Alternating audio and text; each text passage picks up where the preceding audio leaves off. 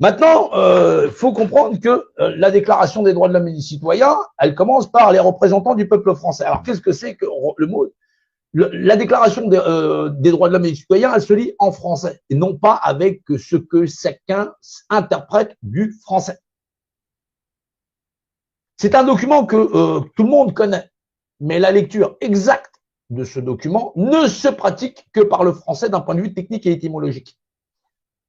Ça commence par les représentants du peuple français. Voilà. On peut mettre les, des qualificatifs et ainsi de suite. Mais le mot les représentants du peuple français désigne voilà, des représentants des crayons. Ben oui, ça c'est les représentants des crayons sur ma planète. C'est des représentants là. Ces crayons, c'est les représentants du peuple français. Que veut dire le mot représentant? Représentant, ça veut dire représentatif de. C'est pour ça que même dans les documents de droit en général, quand on rédige un droit en général, on utilise le français comme seule langue de décodage. Et c'est pour ça que c'est tellement du français, dans la valeur et dans le poids des mots, que ça devient illisible pour les Français moyens.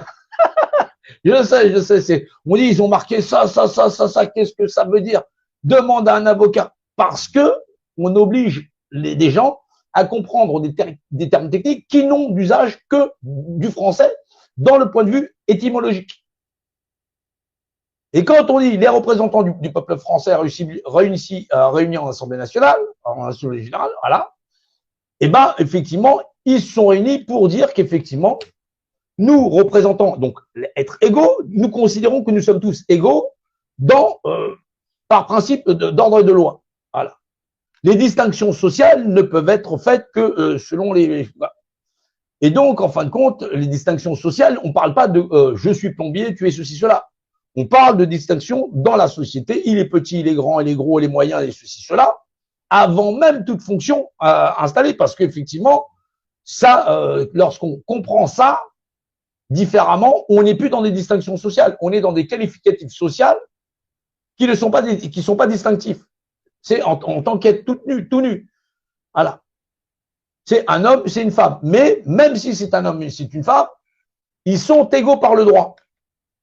Je rappelle tout de même que la Déclaration des droits de l'homme et du citoyen de 1789 concernait les droits de l'homme en général, c'est-à-dire l'homme et la femme, et que pour qu'elle soit applicable à la femme, il a fallu attendre presque 1948, 46, 48, parce qu'effectivement, c'est 48 qui libère plus ou moins les femmes, parce qu'effectivement, on accepte en 46 que les femmes sont des hommes comme les autres.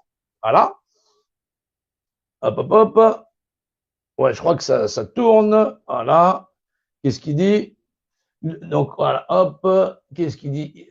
Il faut mettre le puzzle, là, ici. Voilà. Est-ce que je suis doué? Il va me dire c'est OK. Voilà. Donc, il faut se rappeler que c'est en 48 qu'effectivement, la femme va pouvoir avoir le droit à son chéquier, ceci, cela, elle n'aura plus besoin de son mari pour et qu'on est encore en 2025, c'est-à-dire le siècle d'après, voilà, après 160 ans, les hommes étaient tellement inquiets pour les droits de l'homme et du citoyen, parce que les gens te disent, les droits de l'homme et du citoyen, c'est quand même sacré depuis 1789. Il a fallu d'attendre presque 160 ans pour que ça concerne les femmes, pour te dire à quel point les hommes hypocrites qu'ils sont. Ouais, je parle de ceux qui pissent debout, exactement. Non, les anciens, ouais, c'était mieux avant, bien sûr, mesdames. Ouais. Voilà. On veut un monde d'êtres humains, il va falloir aller le chercher de nos mains. Mais pour le chercher de tes mains, si je veux attraper quelque chose sur la table, il faut que j'utilise mon cerveau. Il faut du savoir, il faut de la connaissance et de l'intelligence. L'intelligible, c'est il y a réflexion. Ah, c'est intelligible. Là, c'est du vide. Tiens, il y a quelque chose dans l'espace. Voilà. C'est intelligible. Eh oui. C'est un principe l'intelligence, réflexion. Réflexaré. Donc, bien sûr que on a tout un tas de mondes de psychopathes qui pensent comme ceux d'avant, qui disent ce serait bien qu'il y ait un chef qui contrôle l'ensemble des hommes et de l'humanité, et même ceux qui en ont rien à branler. C'est pour ça qu'on peut se permettre d'effacer des populations entières sur la Terre en disant ils n'ont pas voté, c'est pas leur problème. Si, ils ont voté, ils ont décidé qu'ils ne vivraient pas avec un monde de psychopathes, ou toi, tu décides, parce que tu habites dans un quartier que vous êtes, il y en a 40 qui ont décidé de s'élire un chef, et que ils ont décidé qu'ils allaient régner sur tout le monde. Voilà. Donc, si en plus de ça, ils ont décrété que eh ben, tout le monde peut aller se la faire mettre et qu'effectivement, bah, on fait ce qu'on veut de toi, ou qu'on décide que les femmes n'ont plus de droit ou ceci, cela. Non, mais si les gens sont des tarés, je vais pas leur demander qu'ils m'écrivent des lois. Les lois, elles sont rationnelles. J'existe, les êtres humains, ils ont les mêmes droits que moi, et il y a un pacte de non-agression. C'est pour ça que, comme on vit dans un monde de tarés, intellectuellement, les gens ne te disent pas, il y a un conflit dans le monde, ça ne devrait pas exister à cause des lois de la représentation, parce que, par Dieu, par définition dans une image qui est possède d'un rapport d'unité, les gens sont égaux par principe de représentation. Ah oui, c'est un exercice de cerveau. Mais maintenant, comme les gens sont ignorants de leur propre représentation, représentant d'eux-mêmes, ah oui, parce que les gens te disent, non, c'est lui le représentant, le président, le député, ceci, cela. Mais va devant un miroir et dis-moi qui tu vois par principe de réflexion. Par principe de réflexion, c'est pas toi dans le miroir. Eh oui.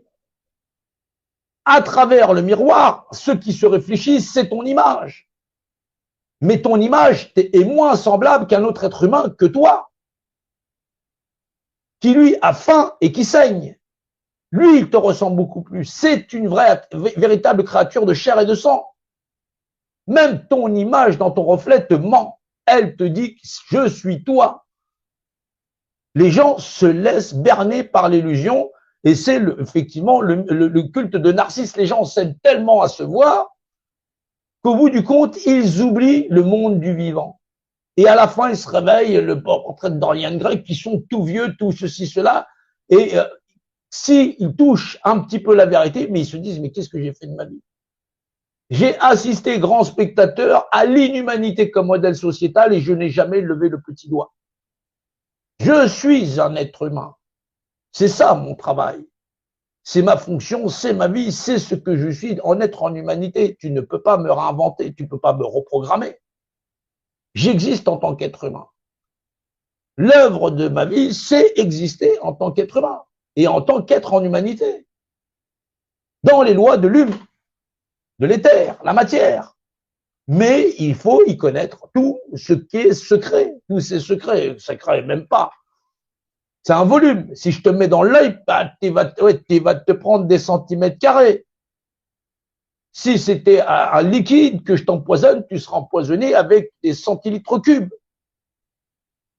Les gens, ils vivent dans le monde du cube et ils sont là, ils voient ça dans des séries Marvel où le truc, il a une espèce de cube magique qui te dit c'est le pouvoir de l'univers qui est là-dedans et plus encore.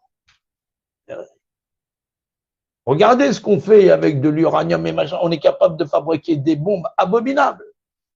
Le savoir et la connaissance, dans cet univers, lorsqu'on combine les choses et qu'on fait son petit puzzle, on peut faire des choses terribles. Et quand on veut faire du bien, on peut planter des graines, on peut planter du grain, on peut donner à manger à l'humanité tout entière.